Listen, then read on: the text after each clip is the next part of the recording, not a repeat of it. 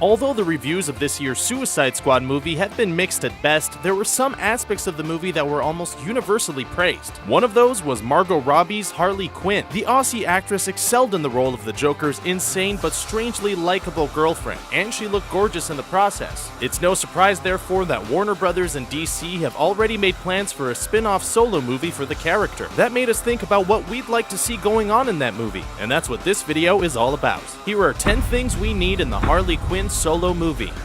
More about her origins. Suicide Squad certainly touched upon Harley Quinn's origins. She was working at Arkham Asylum as the Joker's psychiatrist, fell in love with him, and was ultimately driven insane by him. But they're so interesting that we'd really like to see them explored in a deeper manner in her solo movie. It doesn't need to be an origin movie. That would mean setting it in the past, and we'd really like to see the DCEU progressing chronologically. But seeing how Dr. Harleen Quinzel turned into Harley Quinn in a little more detail would definitely be interesting. Her classic costume. In Suicide Squad, Harley Quinn did wear a costume reminiscent of the more recent comic books in which she appeared, but fans of the character would really like to see her wearing her more iconic and classic Jester costume on screen. It was briefly shown in the movie, in the scene in which the members of the squad were choosing their accessories for their mission, but Margot Robbie's character didn't wear it. However, the fact that it's been shown to exist in the DCEU means we're really expecting her to don it at some point. Her solo movie is the most obvious platform of opportunity to make that happen. Her classic weapon. Like her costume in the movie, Suicide Squad didn't depict Harley Quinn with her most iconic weapon. She mainly used a baseball bat, something she has used in the comic books. But we'd really like to see her wielding her classic giant mallet. It was shown on screen, in the same scene that her classic Jester costume was shown, when she was choosing her accessories for the mission. Unfortunately, she didn't use it at all. In her solo movie, it would be great to see her beating the hell out of opponents with her most recognizable weapon from the comic books. An R rating.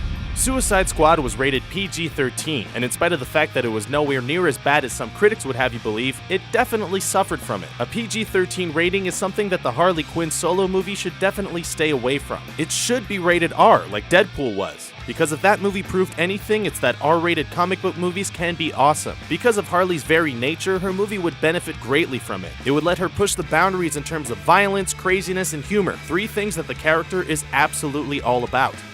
The Joker.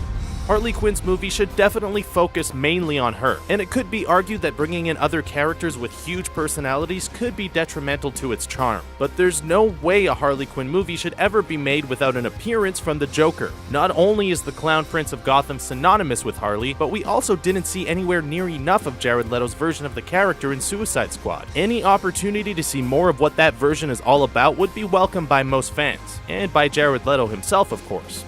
Barbara Gordon.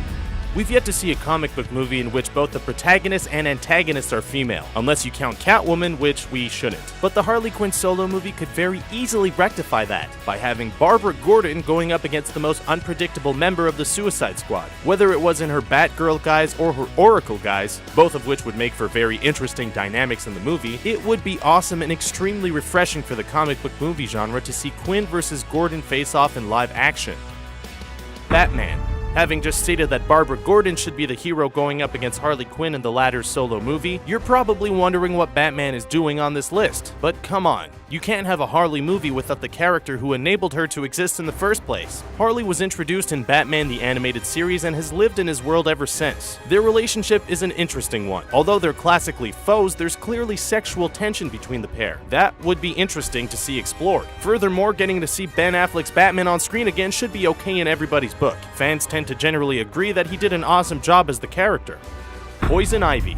As of June 2015, a new lover stepped into Harley Quinn's life on the page of DC Comics. None other than the sexy and sultry Batman villain known as Poison Ivy. Wouldn't that be cool to explore in live action on the big screen? After the pair first got together, DC's Twitter account officially announced the relationship by saying that the pair were girlfriends without the jealousy of monogamy. And let's face it, very few people, especially of the male variety, would complain about seeing Margot Robbie getting down with another beautiful actress.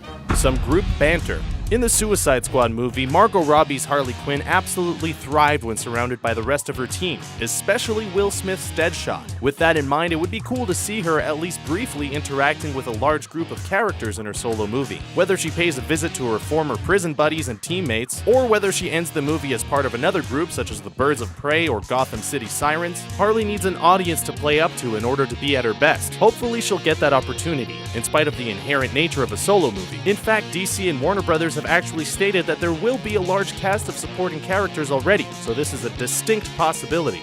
Easter eggs and references galore. Harley Quinn is such an interesting and wacky character with such a rich history, albeit a brief one in comic book terms, that all kinds of awesome Easter eggs and references could be included in her solo movie. That's exactly what we want to see happen. For instance, a reference to Batman the Animated Series, the show in which the character first appeared. We'd also like to see links and references to other characters she's been associated with in various ways, like Power Girl, Holly Robinson, Nightwing, and the Ventriloquist. Essentially, Harley's movie could be used to potentially expand the DCEU in many different ways, with some of the quirkiest Easter eggs in comic book movie history.